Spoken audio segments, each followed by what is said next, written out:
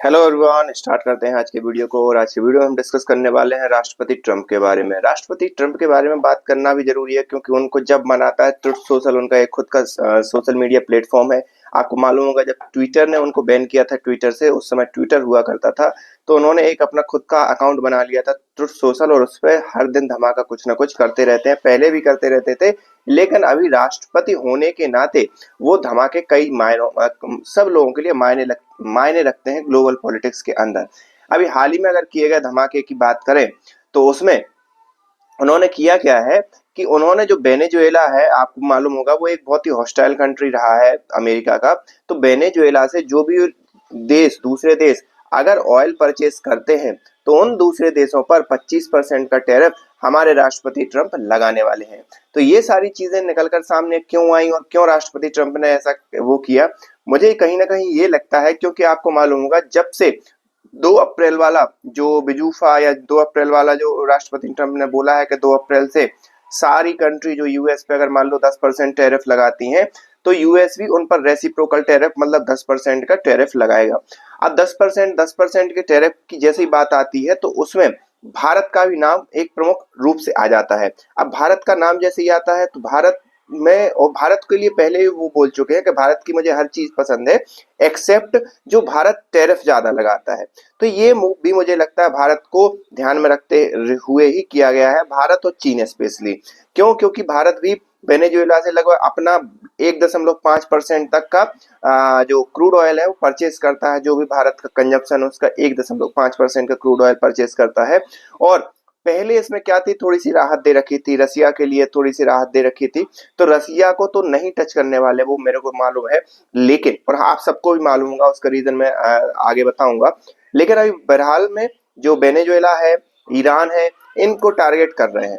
और इसमें क्या हुआ, जैसे 2 अप्रैल वाला जो टैरिफ अनाउंस किया तो उसमें भारत ने भी अपनी जो रिसेंटली जो हमारे प्राइम मिनिस्टर मोदी हैं उन्होंने भी बैठक की अपने विदेश मंत्री एस जयशंकर के साथ, और साथ ही साथ जो कॉमर्स मिनिस्टर है पीयूष गोयल जी उनके साथ बैठक की। उस बैठक में उन्होंने क्या डिस्कस किया कि भाई साहब इस जो अमेरिका टैरिफ लगा रहा है उसका कैसे जवाब दिया जाए। तो उसमें कहीं ना कहीं 2 चीज बातें निकल कर सामने आई। स्पष्ट रूप से अभी गवर्नमेंट ने कोई अनाउंसमेंट तो नहीं किया है, बट जो जो चीजें निकल कर सामने आई उसमें मुख्य रूप से ये है कि या तो रेसिप्रोकल टैरिफ लगाएगा भारत भी कुछ मायनों में टैरिफ लगाएगा, और दूसरा एक और चीज भारत ये करेगा कि चाइना की तरफ नजदीकियां बढ़ाएगा या चाइना से जो इम्पोर्ट है वो बढ़ाएगा। हो सकता है वहां पर कई जो ऐप हैं चाइना के जो गलवान वैली इंसिडेंट के बाद बैन कर दिए गए थे उनको भी आजादी दे दी जाए या उनको भी छूट दे दी जाए भारत में व्यापार करने का। साथ ही साथ कई और ऐसी कंपनियां हैं जिनके इन्वेस्टमेंट को भारत ने रोक रखा था, तो उनका इन्वेस्टमेंट भी भारत हो सकता है ले। तो ये सारी चीजें जैसे ही बदली तो ट्रंप फिर वो सीधी सी बात है ट्रंप को फिर दिक्कत हुई होगी, तो उन्होंने ये वेनेजुएला वाला कि जो भी राष्ट्र वेनेजुएला से परचेस करेगा उस पर 25% का एक्स्ट्रा टैरिफ लगाया जाएगा।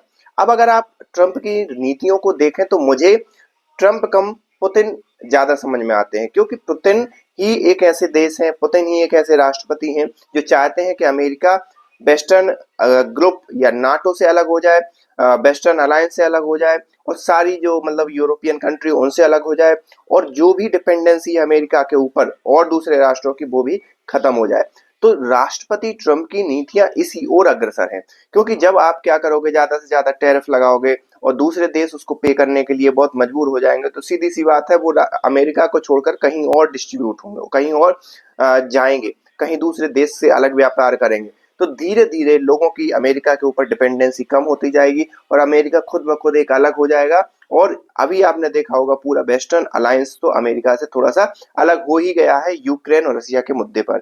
तो मेरे को कहीं ना कहीं ये लगता है कि ये राष्ट्रपति ट्रंप नहीं बल्कि राष्ट्रपति पुतिन इन सब चीजों को ऑर्गेनाइज कर रहे हैं, इन सब चीजों को चला रहे हैं। आप इस बारे में क्या सोचते हैं, आप हमें कमेंट करके बताइए। मिलते हैं नेक्स्ट वीडियो में, तब तक के लिए थैंक यू।